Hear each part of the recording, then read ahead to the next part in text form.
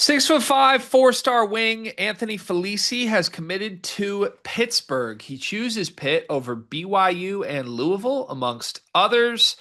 This one caught me off guard a little bit. I haven't been in tap up to date with the Felesi recruitment the way I wanted to be. We covered it at points, and I'll be honest, I feel like other recruitments kind of had more clarity on where they were headed. I could never really get a pulse on like what Felici's interests were or where this was going to go. Regardless, I didn't really expect Pitt to be the outcome. Maybe that's me being out of the loop, but this one just caught me by surprise. Felisi from Utah Prep, that might be why I thought BYU had a good chance here. This is a kid that, was kind of from the feeder program in the state right now that AJ DeBonsa came from, and they've had a lot of targets through Utah Prep. In the end, he takes his talents to Tristan Freeman's favorite program, Pittsburgh Panthers. Think you could call this a miss for BYU. I think you could call this a miss for Louisville, who also would have been a fun destination for Felisi. But Pitt's got their guy. What's your reaction?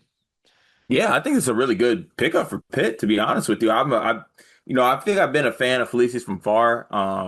It was one that I feel like like you said, we kind of covered early on a lot, and then stuff just kind of faded. We didn't really have any updates with them. Um, Thought maybe that BYU would be in for him a little bit, but I really like his game. I think it's a really good pickup for Pitt. I think he's got some really good athleticism stuff, and uh, yeah, any add to Pitt, I think at the guard wing position is a good one. If he was going to turn down BYU Louisville, he felt like a USC kid to me. Hmm. And he had just visited USC. He was supposed to go to UCLA and he canceled the visit. What do you think it is that gets him to Pitt over all these other programs?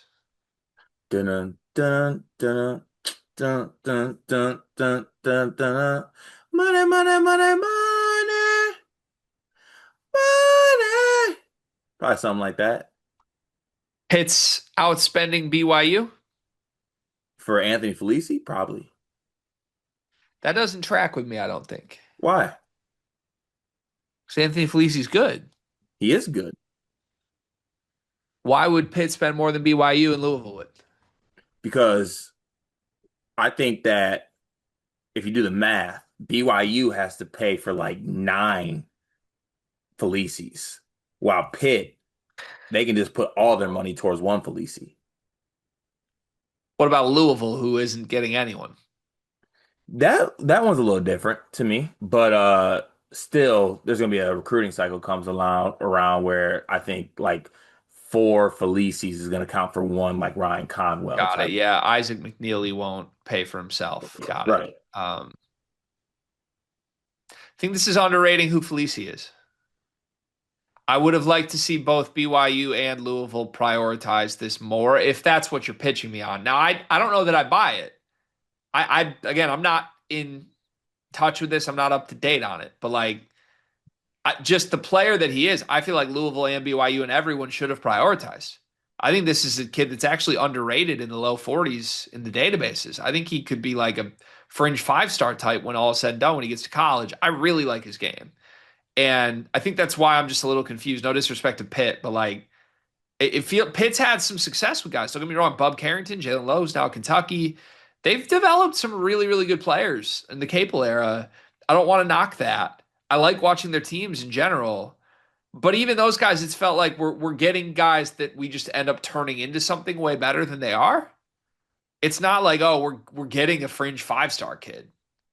That's a little different to me, I think. This is a different story. And it could be really good because if they develop Felici the way they've developed on ball guys like Carrington and Lowe, he's going to be nasty. It probably gets to the league really quickly. Well, here's how I'm looking at it more so than the Louisville BYUs of the world.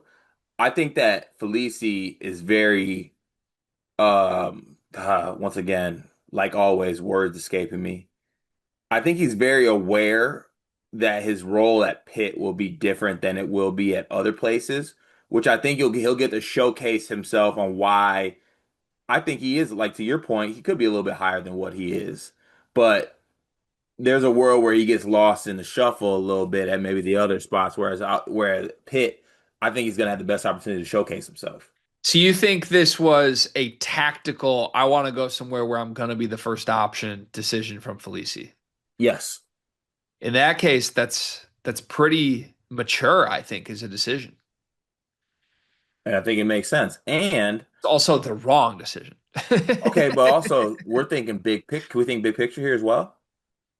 How big of a picture are we talking? I'm nasty at Pitt. Hey, Stinky Bink, KY, you remember me? Now the price went up, Bubba. Hey, Stinky Bink? Is that what Yeah, you are you calling Kevin Young Stinky Bink? yeah, the price went up, Bubba's. Okay, got it. I was 500K last cycle. Now I'm nasty, first team all ACC, ACC Rookie of the Year. Got it. Now I want 1.7 and I'll catch you in Provo. Got it. Um, who else is in Pitt's recruiting class? Because when he committed, he gave a lot of quotes I want to run through. One of the quotes was, oh, let me find this. He said there's two other players. They got two other players in the class that are coming in with me. They're really good. Who's he talking about? Am I missing some Pitt I commits? did see one guy. Let me see if I can. They had one good guard wing that committed to them. They got I got, Omari Witherspoon. that's not who I'm thinking of. They had somebody. Or was that no, that was this cycle, I That think. was this cycle. Oh, they have Chase Foster and Jamal Jones. Yeah, they got some. I like Foster. They got three 4-star scorers. They got two top 50 players.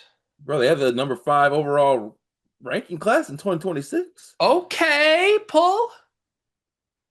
Okay. You like Pull. that? Okay, pull. Okay. Uh, Pull. so, all right, let me read you some more quotes from Felisi. I got to start with this. So, there's an article from On3. Mike Vukovkin wrote this. It's an interview with Felisi after he commits. The first quote in this is, quote, I believe that it was a great decision. I feel great about it. Card, is it usually a great decision when the first thing you have to say about the decision is, I believe that was a good decision. It was good. I did the good thing. Usually you kind of let your decisions speak for themselves and you don't have to go on record and be like, I think it was a good decision. Yeah, they're like, so when are you moving in? It's a great decision. like, like, what do you want to eat for dinner? I'm in the middle of a diet. I'm like, you know what? Let's get pizza tonight. That was the right call. I did that. That was good. Good luck, Anthony. I'm sure that was great. One more thing from his interview that I just want to run by you. He's clearly an NBA focused guy, which I would argue going to play for Kevin Young and an NBA staff might help you more than going to Pitt, but Mhm. do what you want to do. Gavoni was the one who broke this recruitment. That's pretty ominous. Gavoni usually the guys that think they're NBA players are tied to Gavoni. And then lastly, the quote I loved here from Felisi. I believe that Coach Capel and I can make history at Pitt. Coach Capel sees me as a 10-year NBA player. That's my dream. That's my goal. Play in the NBA. Then Gavoni breaks this commitment.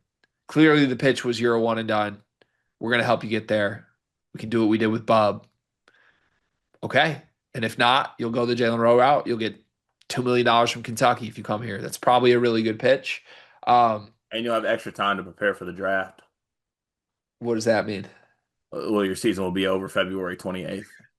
Coach Capel and I can make history at Pitt. Big words. Do you What's believe these history? words? I was hoping you could tell me. I don't know. Like what I honestly would it be historical for them to win a tournament game? I'm trying to. When was Pitt's last Pitt NCAA tournament I wins? feel like they haven't won a game since Sam Young and Levance Fields took the court. And they were in the Big East. I'm on the Pitt Wikipedia page right now, and it's taking me a while to scroll. I'm surprised you got to scroll that much. No, Cart, they won two games in 2023. Did they? Yeah, they beat Otzelberger and held him to 41 points. Wow, look at Pitt. Yeah, so Sorry. we're looking for our second weekend since 2009. Okay, there we go. Let's make history. That would be history. Let's make history. Is Anthony Felesi the guy to do it? He's good, so and he's great. Everything's great. I think I'm paying attention to Pitt.